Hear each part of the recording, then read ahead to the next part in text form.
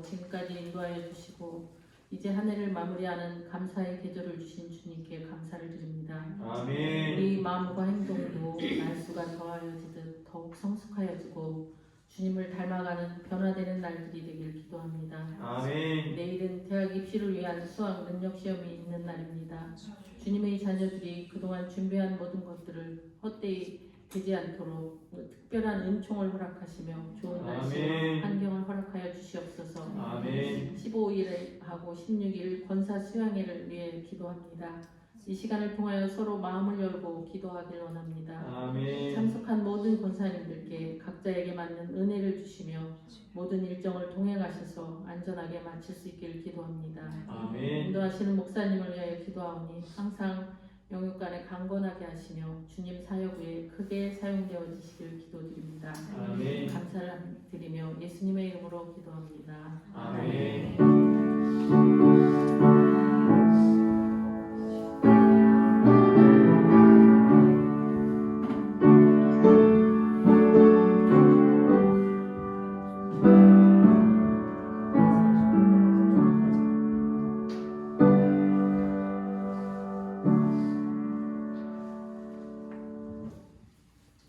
오늘 수요 성경 공부는 제7계명 간음하지 말라 하는 부분입니다. 성경은 출애굽기 20장 14절인데요. 간음하지 말라 그 표현이 그대로 나와 있어서 우리 같이 읽지는 않겠습니다. 7계명 간음하지 말라. 자, 이 간음하지 말라라는 것은 어떤 주제이냐면 한번 적어보시기 바랍니다. 결혼의 가치와 신성함을 지키라. 결혼의 가치와 신성함을 지키라는 그런 내용이 바로 간음하지 말라라는 그런 내용입니다. 지금 이 시대뿐만 아니라 사실 온 시대를 보면은 성적 타락이 아주 심각한 그런 악한 시대가 지속되어 왔습니다. 성적 타락이 사실 심각하고 이 성과 관련해서 어떻게 보면 왜곡된 태도가 크게는 두 가지로 나타날 수가 있습니다. 하나는 금욕주의라는 거예요.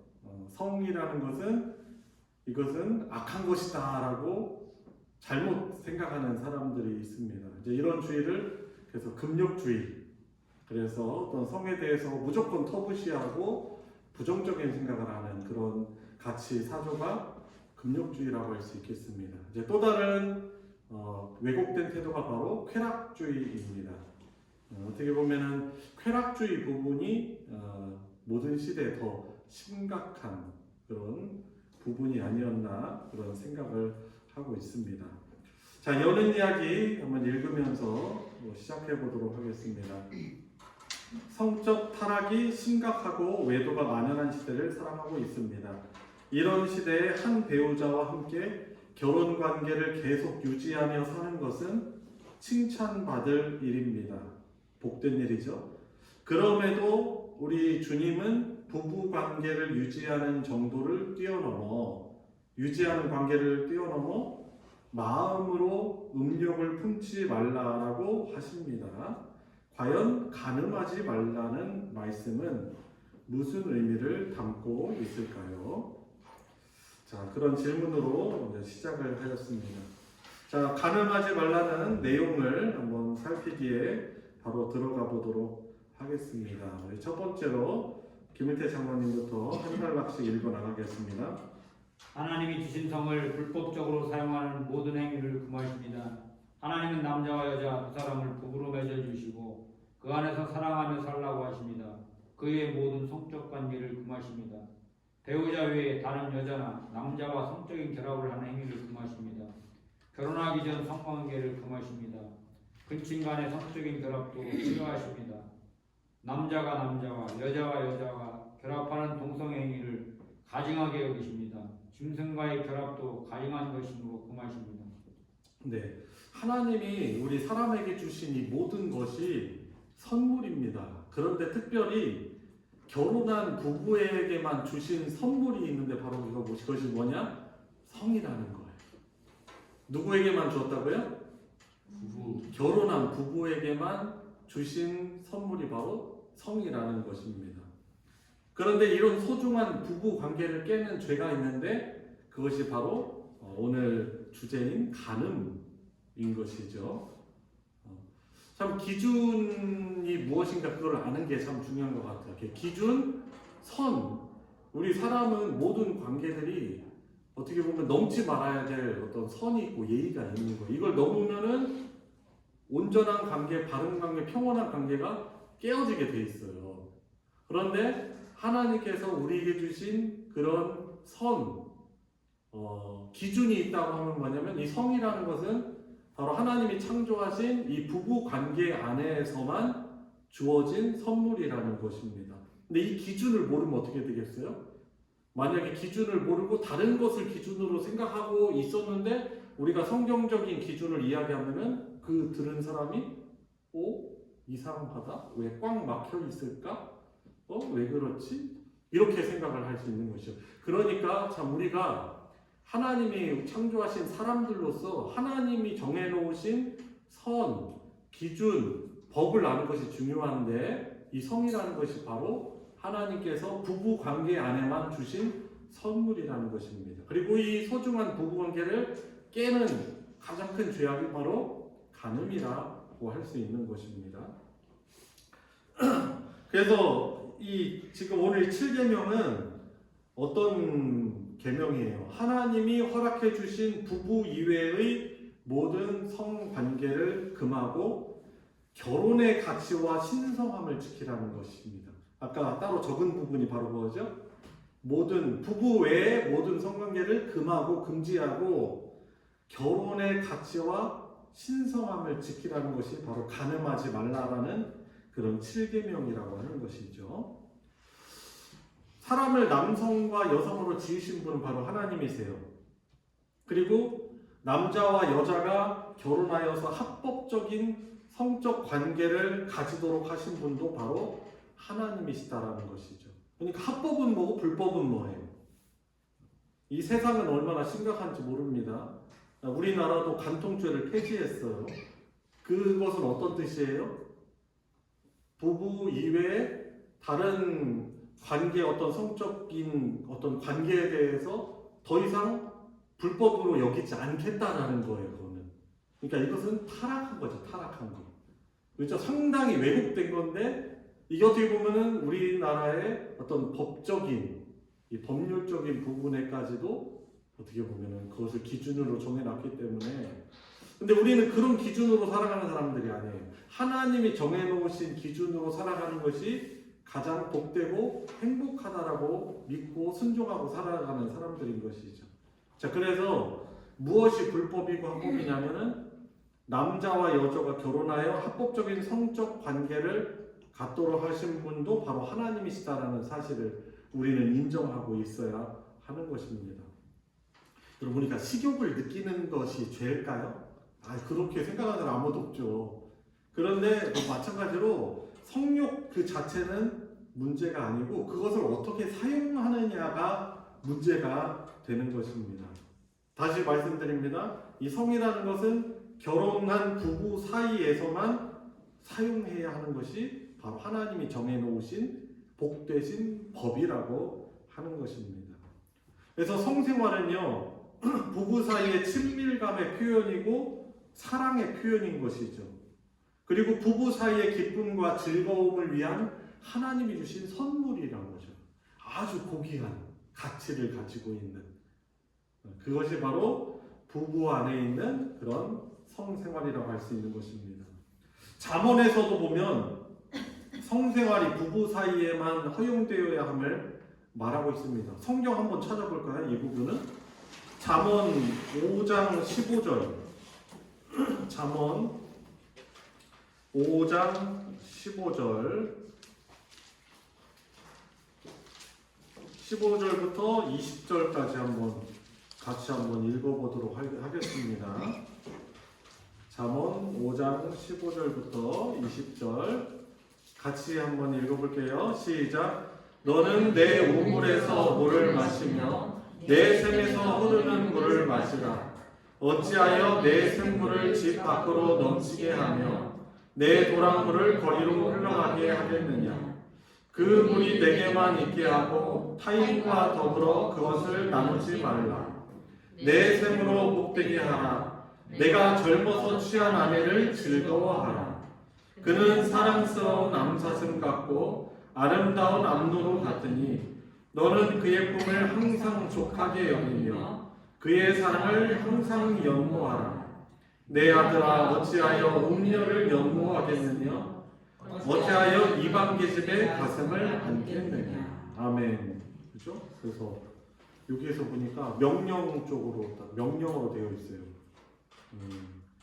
마시며 흐르는 물을 마시라. 내 샘에서 흐르는 물을 마시라. 그리고 17절 그 물이 내게만 있게 하고, 그리고 좀 눈여겨봐야 하는 부분이 무엇입니까? 18절 젊어서 취한 내 아내를 즐거워하라. 그러니까 이것은 어떤 거예요? 즐거워하라는 거예요. 의지적으로. 그리고 잠언의 다른 표현에도 나와 있는데 만족히 여기라 라고 표현하고 있어요. 그러니까 어떻게 보면은 우리는 그 사람으로는 사실 만족을 할 수 없는 존재들. 그런데 하나님이 말씀하시는 거예요. 젊어서 취한 네 아내, 네 남편을 어떻게 여기라? 만족히 여기라. 그리고 젊어서 취한 아내를 어떻게 하라? 즐거워하라. 의지적으로 즐거워하고 만족하고 하여야 하는 것입니다. 그래서 이제 잠언 안에 나타난 그런 부부 사이에만 허용되어야 함을 강조하고 있는 내용이 바로 잠언 5장 15절부터 20절까지인 것입니다. 자, 그래서 만약에 성에 대해서 이런 기준을 우리가 받아들여야 되는데 만약 받아들이지 않는다면 어떤 태도가 나타난다고 했죠? 왜곡된 두 가지 태도, 금욕주의 혹은 쾌락주의로 나타날 수 있다는 것입니다. 금욕주의는 성생활을 아예 거부하는 거예요. 결혼한 부부라도 일시적으로 어떤 목적을 위해서 부부간의 그런 성생활을 잠시 우리가 중단할 수는 있겠죠. 그런데 모든 사람들에게 독신주의를 강조하거나 부부에게 성생활을 완전히 금하는 이것은 잘못된 금욕주의라고 할 수 있는 것입니다. 자, 그래서 2번 계속해서 한번 읽어보도록 하겠습니다. 공자 권사님. 하나님은 가정의 창시자이십니다. 하나님은 아담의 갈빗대로 여자를 만드시고 아담에게로 데려다 주십니다. 아담은 하와를 보고 이는 내 뼈 중에 뼈요 살 중에 살이라고 고백하며 사랑하였습니다. 그 이후 모든 사람들도 아담 하와처럼 한 남자와 한 여자가 사랑하여 하나가 되라고 하십니다. 하나님이 세우신 첫 가정의 모습이야말로 사람들이 따라야 할 정상적이고 유일한 결혼제도입니다. 모든 동물들은 동물대로 여러 쌍을 만드셨습니다. 수컷과 암컷은 성적 본능에 따라 아무짝이나 만나 짝짓기를 하며 새끼를 생산합니다. 그러나 사람은 한 남자가 부모를 떠나 한 여자와 둘이 한 몸을 이루게 하셨습니다. 인격적인 사랑과 교제를 함으로 결합하게 하신 것입니다. 부부 안에서 두 사람이 사랑하고 사랑받으며 살아갈 뿐 아니라 경건한 자손을 얻게 하시려는 것이 하나님의 뜻입니다. 그렇죠. 여기 사람은 다른 짐승들과 동물들과는 엄연히 구분되는 것이 있습니다. 한 남자가 한 여자를 만나서 둘이 한 몸을 이루게 하신 것입니다. 그리고 한 몸을 이루는다는 것은 거기에는 그냥 단순히 육체적인 결합만을 말하는 것이 아니고 어떻게 보면은 이것을 통해서 성도, 성자, 성령, 하나님 안에 있는 친밀한 그런 교제를 어떻게 보면 가장 근접하여 누릴 수 있도록 연합됨을 친밀함을 누릴 수 있도록 하는 어떤 하나님의 선물이고 비밀인 것이죠. 그래서 다른 동물들과는 달리 우리 사람은 한 영혼이 바로 한 남자가 한 여자를 만나서 결혼하게 하시는 것입니다. 그래서 부부 안에서 두 사람이 서로 사랑하고 사랑받으면서 살아가면서 경건한 자손을 얻게 하시려는 것이 바로 하나님의 뜻이다라는 것이죠. 말라기 2장 15절에 또 참고 구절로 우리가 알 수 있는 것입니다. 자, 3번 하느니 권사님. 그 사람들은 하나님이 세우신 복된 제도를 허물고 자신들의 생각과 욕망에 따라 살기 시작했습니다. 가인의 후손 라멕이 한 여자로 만족하지 않고 두 여자를 아내로 삼기 시작한 것에서 보듯 사람들은 결혼 제도를 자기 생각대로 변질시켜 갑니다. 일부 다처제, 일처 다부제, 집단 결혼, 계약 결혼, 동성 결혼 등 하나님을 떠난 인간들은 그릇된 결혼의 형태를 만들어내고 있습니다. 하나님이 선물로 주신 성을 하나님이 지정하신 부부 관계 속에서만 사용하지 않고 자기 마음대로 사용하는 사람들이 넘쳐나게 되었습니다. 네. 그래서 이 타락한 사람에게서 죄가 우리 사람에게 들어오고 나서 주어진, 오래지 않아서 주어진 현상이 뭐예요? 하나님이 세우신 복된 결혼 제도를 허물고서는 자기의 욕망대로, 육체적인 욕망대로 살기 시작한 것입니다. 그래서 창세기 4장 19절에 가인의 후손 가운데 라멕이라는 사람이 한 여자로 만족하지 않고 자기가 가지고 있는 그 물리적 힘과 그 권력과 이 재력을 통해 가지고 여러 아내를 그런 맞이하게 된 곳에서 그렇게 바로 사람은 하나님이 주신 이 복된 제도를 자기 생각대로 변질시켜 가게 되었다는 것을 우리가 알 수 있는 것이죠. 그래서 창세기는 창조만 우리에게 알려주는 것이 아니라 타락의 과정까지도 우리에게 보여주고 그 민낯을 보여주고 있는 것이죠. 그래서 지금 행해지는 일부 다처제, 또 일처 다부제, 그리고 집단 결혼, 계약 결혼, 동성 결혼 등 바로 이것이 하나님이 정하신 것을 범하고 자기 마음대로, 그죠? 자기 뜻대로 변질시켜버린 그런 죄의 결과들을 나타내주고 있는 것입니다.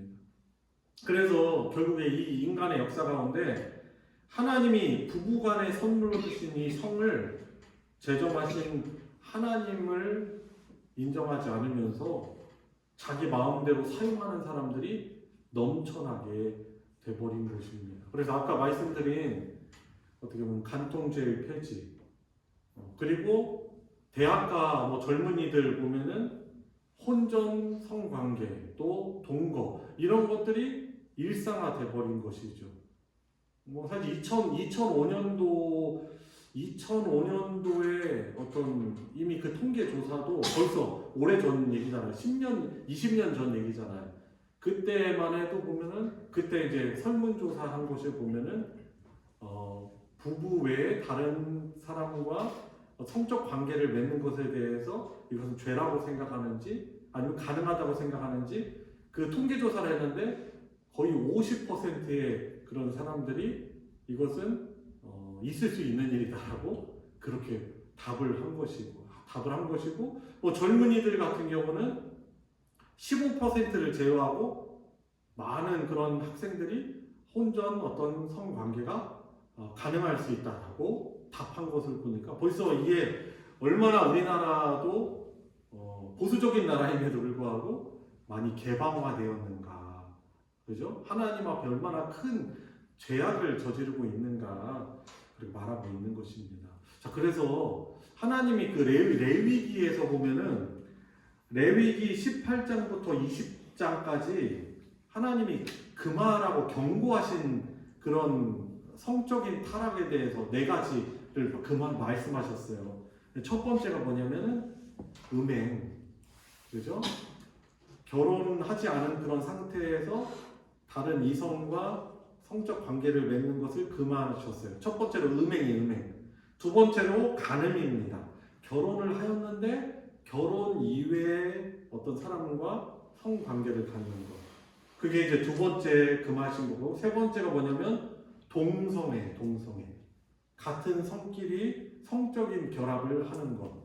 이것을 금하셨고, 마지막으로 네 번째가 바로 수간이에요. 수간.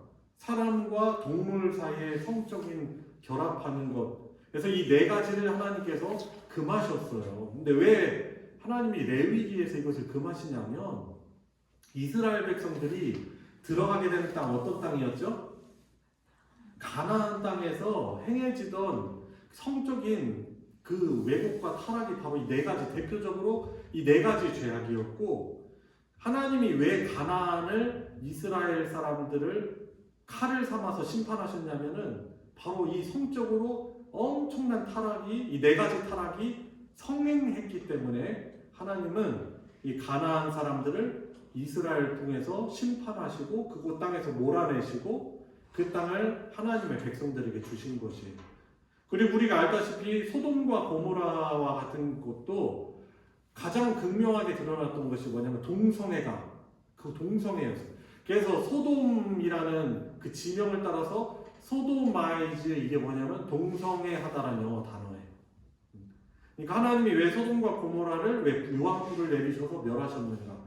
바로 이렇게 극단적인 성적인 타락이 그 안에 나타났기 때문인 것이죠. 그래서 하나님은 하나님의 백성들에게 세상의 이런 풍조들을 배우지 말고 따르지 말고 구별된 그런 삶을 살도록 금하신 이런 네 가지 경고가 나와 있는 것입니다. 자, 질문 1번. 자, 질문 1번에 보면 두 번째 그 질문인데 그것은 이제 삭제를 해주세요. 질문 2번인데 이제 앞에 오타가 나서 그렇습니다. 질문 1번. 하나님이 말씀하시는 간음은 어떤 것입니까? 자, 어떤 것이라고 할 수 있겠습니까?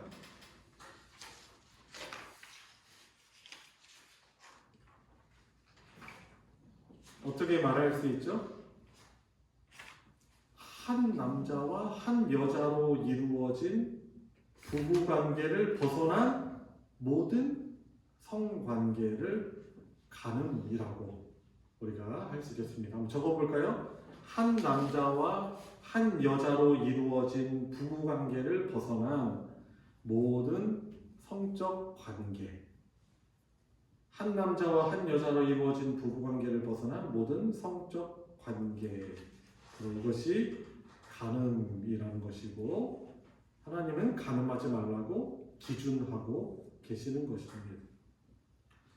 자, 그러면은 왜 간음하지 말아야 합니까? 한번 그 이유를 알아보도록 하겠습니다. 자, 1번 최혜영 성도님. 성도의 몸은 성령의 전이기 때문입니다. 그리스도 안에서 새 사람이 된 우리는 성령님이 거하시는 거룩한 성전이 되었습니다.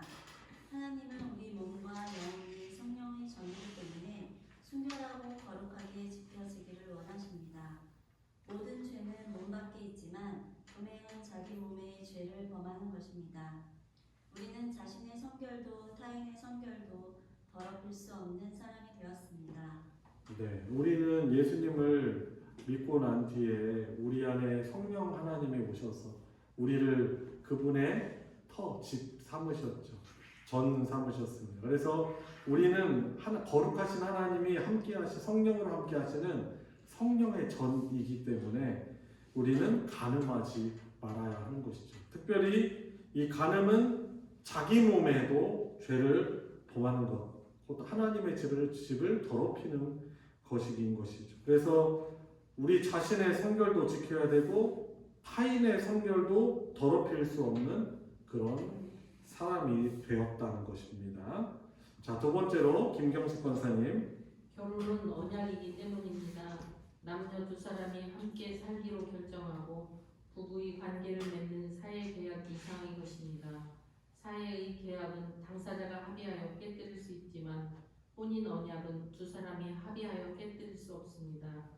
혼인 언약의 주체는 두 남녀가 아니고 하나님이시기 때문입니다. 하나님이 혼인 제도를 제정하셨으며 두 사람을 만나게 하시고 사랑하게 하시고 부부가 되게 하신 것입니다. 나와 배우자는 이제 둘이 아니라 하나입니다. 주님은 하나님이 짝지어 주신 것을 사람이 나누지 못할지니라 고 하셨습니다. 우리는 순결한 결혼을 유지하도록 애써야 합니다. 젊어서 취한 아내를 늙을 때까지 족하게 여기며 즐거워하라고 하셨습니다. 네, 결혼은 바로 언약이기 때문에 그런 것이죠. 혼인 언약의 그 주체는 두 남녀가 아니고 하나님이시기 때문이라는 것이죠. 그죠? 하나님이 증인 되시고, 그죠? 그래서 우리가 이제 기독교식으로 결혼 예식 하신 분들 어떻게 합니까? 혼인 서약 하기 전에 그거 어떻게 하죠? 혼인 서약 하고 나서 성경에 손을 얹고 바로 하나님 앞에서 언약을 맺는 거예요. 그래서 결혼이라는 것은 바로 언약이라는 사실을 우리가 기억해야 하는 것입니다. 그리고 하나님이 혼인 제도를 정하시고 두 사람을 만나게 하시고 사랑하게 하시고 부부가 되게 하시는 거죠. 그래서 둘이 아니라 부부는 하나라고, 그래서 하나님이 짝지어 주신 것이기 때문에 사람이 나눌 수 없다라고 그렇게 마태복음 19장 6절에 우리 주님께서 말씀하신 거죠. 그래서 순결한 결혼은 그냥 어떻게 보면 그냥 되는 것이 아니라 어떻게 돼요? 힘써야 하는 거죠. 노력해야 하는 것입니다. 그 언약을 깨지 않도록 애써야 한다는 것입니다. 자, 3번 조아영 권사님. 부부 관계의 원형은 그리스도와 교회이기 때문입니다. 남편은 교회의 머리이시며 구원자이신 그리스도의 모형입니다. 그러므로 성도인 남편은 자기 몸을 버리시기까지 사랑하신 그리스도의 은혜를 생각하며 아내를 사랑하고 돌보아야 합니다. 아내는 그리스도의 다스림을 받는 교회의 모형입니다. 그러므로 성도인 아내는 교회가 그리스도께 복종하듯 남편에게 기꺼이 복종해야 합니다. 네, 이 결혼에 아주 중요한 목적이 있어요. 그것은 하나님이 주신 그 사명이 있으며 생육하고 번성하라는 창세기 1장 28절에 말씀하는 생육하고 번성하라는 그 사명이, 우리 주어진 사명에 따라서 자녀를 낳아서 잘 기르는 것이 중요한 목적입니다. 그래서 우리 사람이 결혼을 해서 자녀를 출산하고 잘 양육하는 것은 이 땅의 하나님 나라를 건설하는 아주 중요한 통로라는 것입니다. 그래서 결혼한 성도들은 출산과 양육을 아주 잘 감당해야 하는 것이죠. 그러므로 이제 하나님 나라를 이루어가는 것입니다. 그런데 결혼에 어떻게 보면 더 깊이 있는 중요한 목적이 있습니다. 이것은 뭐냐면 이 부부의 연합을 통해서 예수님과 교회의 연합, 삼위일체 하나님 사이의 연합을 드러내는 그런 목적이 있어요. 그러니까 우리가 생육하고 번성하는 이 중요한 목적 외에도 중요한 그런 목적이 있는데 뭐냐면 교회와 그리스도의 그런 연합, 삼위일체 하나님 사이의 연합을 잘 드러내는 그런 목적이 우리에게 있는 것입니다. 그래서 여러분, 우리가 결혼을 해가지고 그냥 육체적으로만 결합하는 그것이 다가 아니고 부부의 이런 이 결혼을 통해서 가장 중요한 연합은 바로 영적인 연합이라고 할 수 있는 것입니다. 그죠? 한 마음 되는 거죠. 기쁠 때나 슬플 때나 건강할 때나 병들었을 때나 나이 들어서 힘이 없을 때나 그때 서로 사랑하고 서로 도우며 살아가야 한다는 것, 그것이 바로 어떻게 보면 마음의 하나됨, 영적인 연합이라고 할 수 있는 것입니다. 그래서 우리 부부가요, 함께 예수님 믿으면서 부부 사이의 영적인 연합을 이렇게 경험하면 삼위일체 하나님의 이 사이의 연합, 그리스도와 교회 사이의 연합을 체험할 수 있는 가장 복된 특권인 것이죠. 그러니까 우리가 함께 부부가 신앙생활 잘하고 영적으로도 교감하고 연합하는 것은 하나님이 주신 복된 특권이라고 할 수 있는 것입니다. 그래서 궁극적인 목적으로 부부 사이 연합을 통해서 하나님의 형상을 최고로 발휘하는 것이고 하나님의 영광을 최고로 드러내는 것이 바로 이 부부 관계라고 할 수 있는 것입니다. 좀 어려운 표현이지만 여기까지 그래서 넘어가도록 하겠습니다. 자, 질문 2번. 성도는 왜 간음하지 말아야 합니까? 1, 2, 3번으로 정리해 볼까요? 첫 번째로 성령의 전이기 때문에, 성도의 몸은 성령의 전이기 때문에. 두 번째로 결혼은 언약이기 때문에, 그렇죠. 하나님 앞에서 하나님이 주체가 되신 언약 관계이기 때문에 간음하지 말아야 하는 것이죠. 그리고 세 번째로 부부 관계의 원형은 그리스도와 교회이기 때문에 그 연합을 이 부부가 잘 드러내고 누리는 것이기 때문에 우리 성도는 절대로 간음하지 말아야 함을 이렇게 우리는 알아야 하는 것입니다. 부부관계, 질문 3번. 부부관계의 원형은 무엇입니까? 그리스도와 교회이라는 거예요. 그죠? 자, 다음 소주제입니다. 음란한 시대에서 순결하게 살기. 남현석 권사님 읽어주세요. 이 시대의 특징 중 하나는 성개방 풍조입니다. 내가 내 몸을 가지고 살아가는데 무슨 거리낄 것이 있느냐는 사람들이 점점 많아집니다. 보이는 영상이 절대적인 영향을 발휘하면서 성은 사람들의 마음을 사로잡는 굉장한 도구가 되었습니다. 이제 문화는 간음을 대수롭지 않게 생각합니다. 사랑과 성관계를 동일시합니다. 심지어 국가조차 간음을 제도적으로 합리화하고 있습니다. 네, 그죠. 아까처럼 이제 간통죄가 합법화, 간통죄가 아니라 간통을 죄라고 하지 않는 것이죠. 참 이 시대가 얼마나 사실 왜곡되고 이상합니까? 그렇죠? 그걸 아무런 문제 없이 생각하면 안 되는 것이죠. 자, 다음 단락도 계속 읽어주세요. 매스컴에는 동성애 코드가 곳곳에 심어져 있어 젊은이들의 마음 장식해 들어가고 있습니다. 간음을 수용하는 문화로 인해 사람들은 성에 대해 해이한 생각을 갖게 되고 가정과 부부관계를 유지하는 일에 소홀히 합니다. 그러나 간음만큼 가정과 인간관계를 치명적으로 파괴하는 것은 없습니다. 간음은 한 남자와 한 여자가 맺은 혼인 언약의 기술을 꽂는 일입니다. 거대한 세상의 물결에 휩쓸려 성도들마저 이 계명을 홀대하고 간음죄를 쉬이 용인하며 강력하게 거부하지 않습니다. 그 결과 우리는 영적인 힘을 잃어가고 신령해야 할 공동체는 점점 혼탁해지고 있습니다.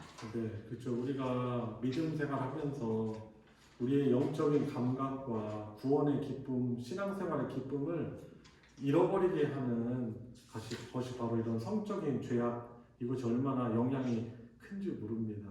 하나님이 만드신 가장 아름다우고 복된 것을 가장 추악한 것으로 만들고 결국에 이 성적인 이 죄악은, 간음은 하나님이 소중하게 만드신 가정을 파괴하는 아주 큰 해악이 되는 것입니다. 그래서 우리 마음대로 그렇게 관계를 갖는 게 무슨 상관이냐라고 하지만은 결국에 가정이 와해되고 파괴되는 어떻게 보면 사단의 역사가 이것을 통해서 활발하게 일어나는 것입니다. 자, 2번 이재국 집사님. 성적 유혹의 기회를 차단해야 합니다. 마음속에 일어나는 더러운 생각을 잘 다스려야 합니다. 우리는 하나님이 주신 사랑으로 인해 만족하지 않고 음란한 데 마음을 빼앗기기 쉬운 죄인들입니다. 유해한 볼거리, 일글거리, 정욕을 자극하는 장소와 만남을 멀리해야 합니다. 배우자가 아닌 다른 이성에게 이해와 지지와 동정을 구하는 것은 죄의 덫에 걸려들 위험이 있습니다. 교회 안에서 이성끼리 갖는 친절한 관계조차 감정 교류로 흘러들지 않도록 유의해야 합니다. 육체적 접촉은 무엇과 비교할 수 없을 만큼 강렬하기 때문에 그런 관계로 들어가지 않도록 하는 것이 유일한 대비책입니다.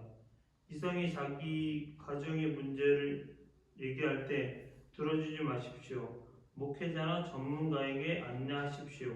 긴 악수나 포옹과 같이 유혹을 일으킬 수 있는 신체 접촉도 삼가십시오.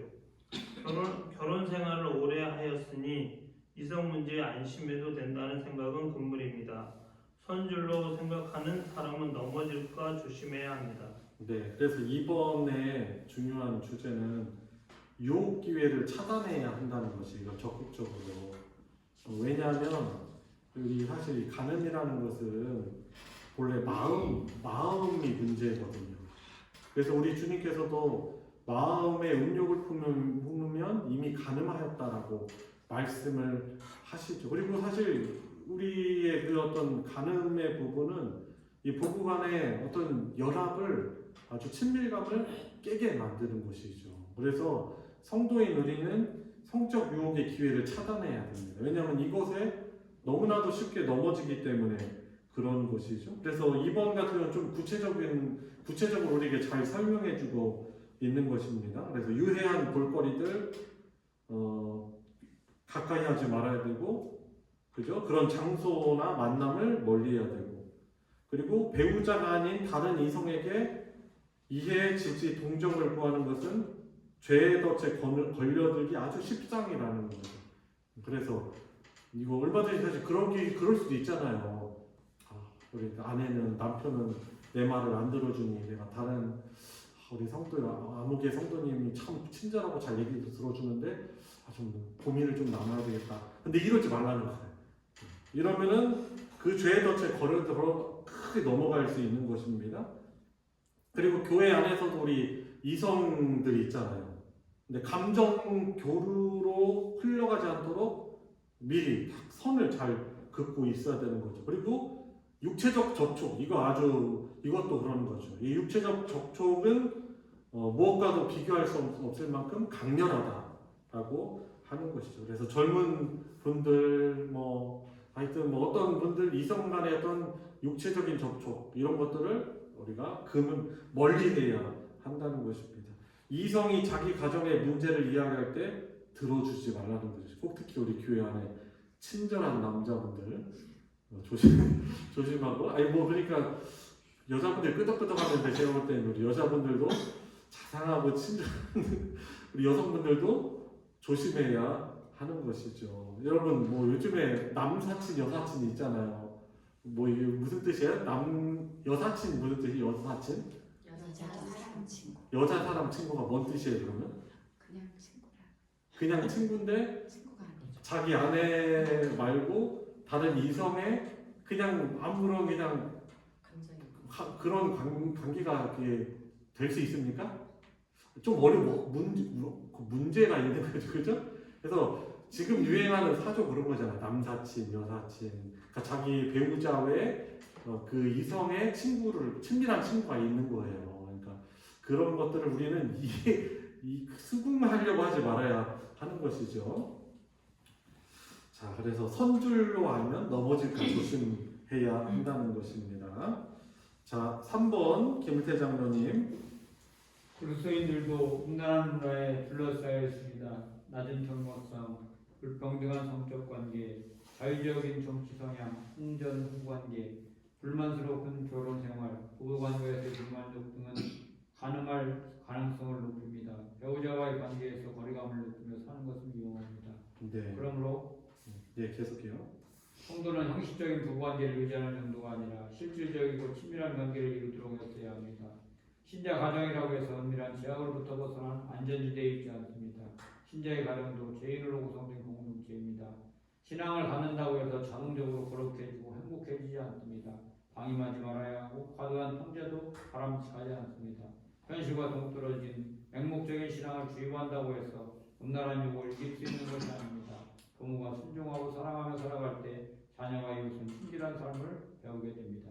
네, 그래서 이 3번도 좀 우리가 눈여겨봐야 될 단락이죠. 우리 성도 부부 관계는 그냥 부부 관계를 유지하는 정도로 머물면 안 된다는 거죠. 실질적이고도 친밀한 관계를 이루도록 어떻게 해야 된다? 애써야 한다라는 거죠. 이전에 결혼하기 전에는 노력을 많이 했잖아요. 서로, 그죠? 기념일 기적해주고 생일 잘 챙기고 또 자상하고, 그죠? 선물도 잘 챙겨주고, 그죠? 막 잘 들어주고. 그런데 결혼하고 나니까 그런 모습이 이제 사라져 버리기가 쉬운 거죠. 왜냐하면 삶이 그렇게 우리 삶이 좀 팍팍할 수 있잖아요. 힘들고 자식 키우는데도 어렵고 경제 생활도 쉽지 않고 그러다 보면 이 부부 관계가 그냥 유지되는데 머무르기가 쉬워요. 근데 우리 성도인 부부는 어떻게 하세요? 친밀하고 실질적인 부부 관계에 있을 수 있도록 애써야 된다는 거예요. 힘써야 된다는 것이죠. 의지적으로. 근데 감사한 건 참 우리가 좀 이렇게 서먹서먹하거나 좀 약간 좀 냉랭함을 느끼거나 아니면 그럴 때 기도할 수 있는 하나님이 계시다는 거 얼마나 복된 일입니까? 하나님 우리 부부관계 축복해 주세요.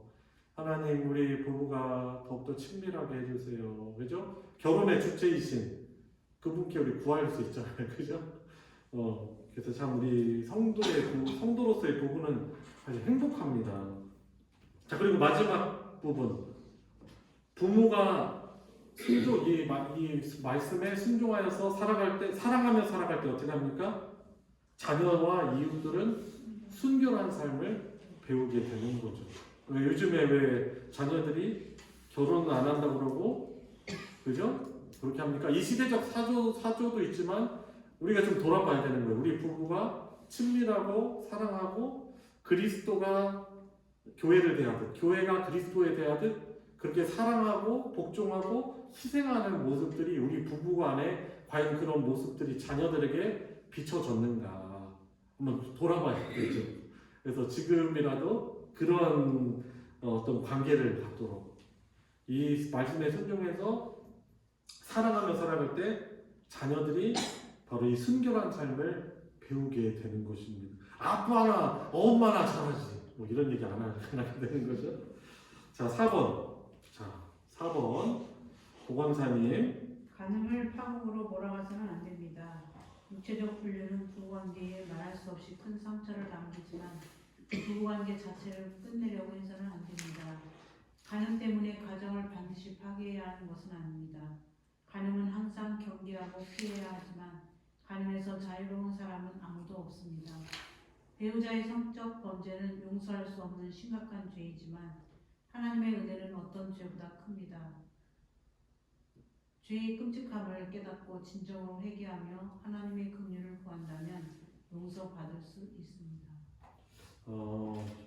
간음을 정말 절대로 하지 말아야 되지만 어떻게 간음의 이런 상황이 벌어졌을 때는 어떻게 해야 됩니까?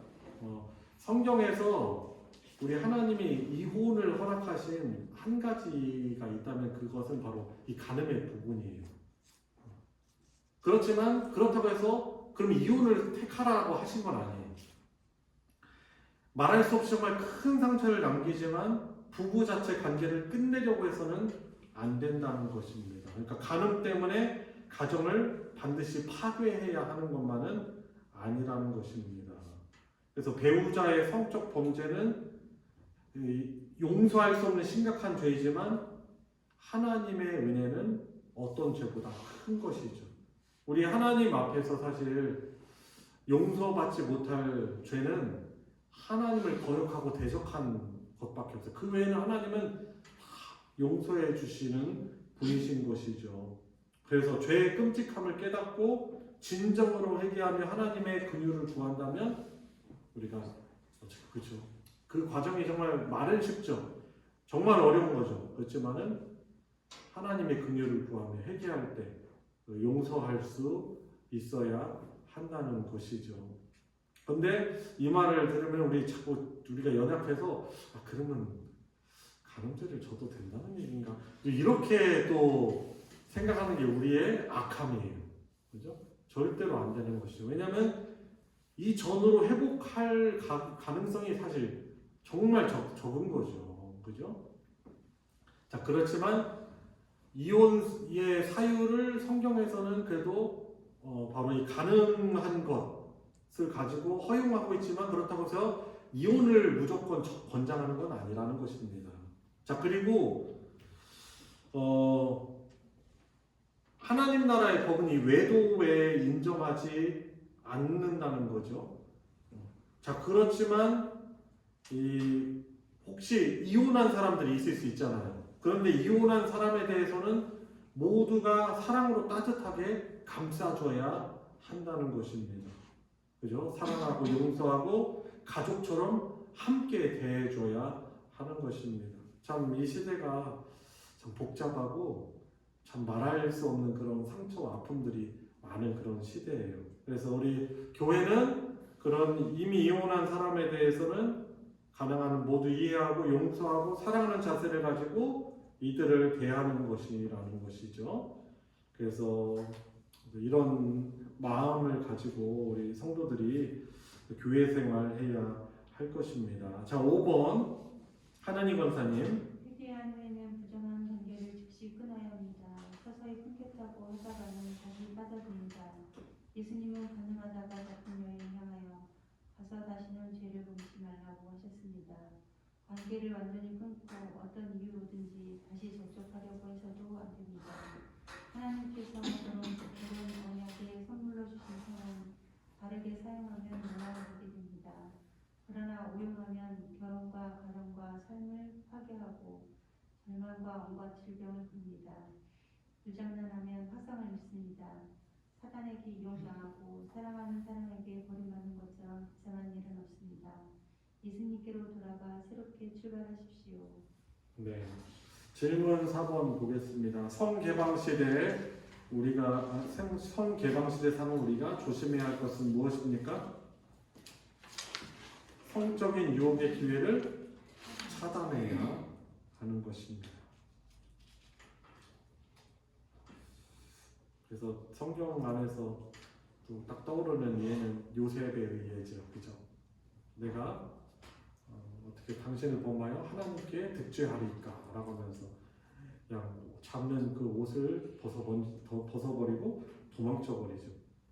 자, 질문 5번. 순결한 삶을 살기 위하여 그리스도인은 가정에서 무엇을 해야 합니까? 3번 두 번째 단락에 좀 말하고 있었죠? 부부관계가 실질적이고 친밀한 관계가 되도록 애써야 한다는 것. 순종하시기 바랍니다. 아멘. 그리고 부모가 순종하고 살아가며 살아가야 한다는 것. 그것이 가장 좋은 자녀를 향한 그런 교육이겠죠. 나도 우리 엄마 아빠처럼 행복한 가정을 이루고 싶다라는 그런 부분인 것이죠. 자, 성결한 교회 세우기. 최혜영 성도님 1번 읽어주세요. 하나님은 교회가 순결하기를 원하십니다. 이전에는 방탕하게 산 사람이라도 이제는 성적인 순결을 지키며 교회를 이루어가기를 바라십니다. 그래서 바울 사도는 고린도 교회를 향해 아버지의 아내를 취한 사람을 방치하지 말고 징계하라고 명령합니다. 그런 사람을 내버려두면 누룩이 온 덩어리에 퍼지는 것처럼 오염될 것이기 때문입니다. 음란이 퍼지면 교회는 성결만 아니라 하나님의 임재와 진리도 잃어버리게 됩니다. 세상에는 은혜하는 사람들이 많지만 성도들은 교회의 일원으로서 자신의 순결을 지키는 가운데 교회를 세워가야 합니다. 네, 2번 김경숙 선생님. 교회가 거룩하기를 원하십니다. 하나님의 교회는 첫째 성결해야 하고 다음에 화평해야 합니다. 진리를 버린 채 화평하기를 바라지 말아야 합니다. 하나님의 진리가 혼합되지 않도록 진리를 중심으로 세워져야 합니다. 세상의 물결이 교회에 들어와 교회를 장악하게 되면 교회는 침몰하게 됩니다. 거룩한 교회는 진리를 고수하고 진리를 세상에 흘려보내 구원의 역사를 이루어야 합니다. 네, 그래서 참 교회에 대해서, 교회 공동체에 대해서 참 성결한 교회로 세워나가야 되겠죠. 그래서 가늠의 문제, 성적인 그런 문제가 있을 때는 어떤 직분자, 목회자라 할지라도 어떻게 해야 돼요? 권징을 정확하게 해야 되겠죠. 왜냐하면 이제 고린도 교회 같은 경우도 이제 사도 바울이 이야기하는 거죠. 너희들 가운데 아버지의 아내와 성적인 범죄를 저질렀다 하는 이런 이야기였는데 왜 그들을 권징하지 않는 것에 대해서 사도 바울이 거기에 대해서 책망하고 있는 것입니다. 그런 사람을 만약에 내버려두면 어떻게 됩니까? 교환에 어떤 성적인 문제가 있는데 이것을 쉬쉬하고 그것을 건징하지 않으면 교회의 거룩성을 훼손할 수 있기 때문에 그런 것이죠.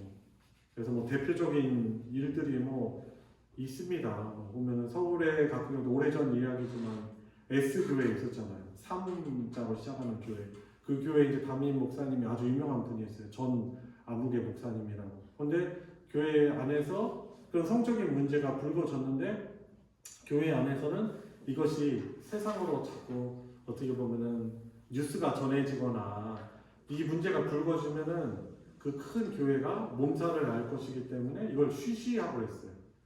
그리고 그 교회가 속한 노회에서도 이 노회도 이렇게 소식이 들리잖아요. 그 교회가 이런 문제가 있었다. 담임 목사가 이런 문제가 있었다라는 그런 소식이 들리지만 이것에 대해서 노회에서 철저하게 건징하지 않았어요. 영향력이 있어서 그런지 몰라도. 그래서 어떻게 합니까? 나중에는 이제 뭐 이것이 계속 사회적으로 또 떠벌려지니까 그 목사님이 제대로 건징을 받지 않고 그리고 자기의 죄를 시인하지 않고 홍대 앞에 가서 새로운 교회를 개척을 했는데 거기 또 사람들이 모이는 거예요. 홍대 무슨 교회 지금도 이제 목회를 하고 있습니다. 참 이러니 사실 이제 목회자도 마찬가지고 다 이게 넘어갈 수 있는 문제라는 것이. 우리 교회는 이런 문제가 있을 때 어떻게 해야 돼요? 철저하게 건징하고 치리를 해서 교회의 어떤 성결, 순수성을 잘 유지해야 한다는 것입니다. 그래서 이런 교회를 세워나가는 것이. 그래서 교회 안에 이런 치리, 건징이 있어야 되는 이유가 바로 그것인 것입니다. 왜? 하나님은 교회 공동체가 거룩하길 원하시기 때문인 것입니다. 자, 근데 질문 6번에 답. 하나님은 어떤 교회를 원하십니까? 순결하고 거룩한 교회를 원하십니다. 라고 할 수 있는 것이죠. 그래서 교회는 확대된 가정이에요. 확대된 가정. 그래서 교회 안에서도 어떤 이런 성적으로 순결함이 잘 누려지도록 하는 우리가 기도를 늘 해야 될 것입니다. 마지막 적용 질문입니다. 1번. 음란한 시대에 성적 순결을 지키려면 부부관계가 실질적이고 친밀해야 합니다. 우리 가정의 사랑스러운 부부관계를 유지하려면 어떻게 해야 합니까? 어떻게 좀 적용을 할 수 있을까요? 한번 적어보세요. 오늘 배운 바를 좀 순종하고 적용하여서 그 복을 누리고자 하는 그런 마음으로 한번 적어보시기 바랍니다. 우리 부부가 또 순결하고 또 거룩한 관계, 사랑스러운 관계 유지하기 위해서 어떻게 할까? 그래서 적극적으로 행해야 될 것이 있을 거고 또 피해야 될 것도 있겠죠, 그죠? 내가 이런 부분 피해야 되겠다 하는 것도 한번 적어보시고 내가 말씀을 듣고 나니 부부의 친밀성을 위해서 사랑을 위해서 이렇게 내가 적용하고 노력해야 되겠다. 한번 그 부분도 적어보시기 바랍니다. 자, 2번. 자녀들을 성적으로, 성적으로 아니에요. 성적이 아니고. 자녀들을 성적으로 순결하게 키우려면 어떻게 해야 되는지 말해봅시다. 어떻게 해야 될 것 같습니까? 정확한 그 하나님의 법, 성경적 기준을 분명하게 아이들에게 자녀들에게 가르치는 건 정말 중요한 것 같아요. 부모인 우리들의 책임이죠. 그렇지 않으면 자녀들은 친구들과의 관계에서 들은 것, 드라마, 텔레비전, 인터넷에서 본 것이 기준이 되는 거예요. 그런데 그런 가치관이 잘못된 가치관이 형성되기 전에 하나님의 법을 가르치는 것이 사실 상당히 중요하고, 근데 이전에 내가 그것을 가르치지 못했다면은 이 문제에 대해서 확실하게 이야기하고 설득할 수 있어야 돼요. 제일 중요한 교육자는 바로 부모이기 때문에 그런 거죠. 선생님도 어떻게 할 수 없고 알려줄 수 없고 부모가 가장 진실하고 솔직하고 체험적으로 이것이 얼마나 중요한가를 잘 말해줄 수 있기 때문에 잘 가르쳐야 되겠죠. 그리고 아까 나온 부분이기도 합니다. 부모가 서로 사랑하고 존경하는 모습으로 서로 살아가는 것이, 그죠? 이 관계를 잘 유지하고 애쓰고 그런 것들을 부모가 자녀들이 봐야 되겠죠. 자, 이렇게 마무리하도록 하겠습니다. 자, 우리 이 시간 오늘 배운 바를 생각하며 우리 가정을 위해서, 우리 부부를 위해서 같이 기도하는 시간 갖도록 하겠습니다. 하나님, 이 말씀에 참 순종하여서 행복한 부부관계,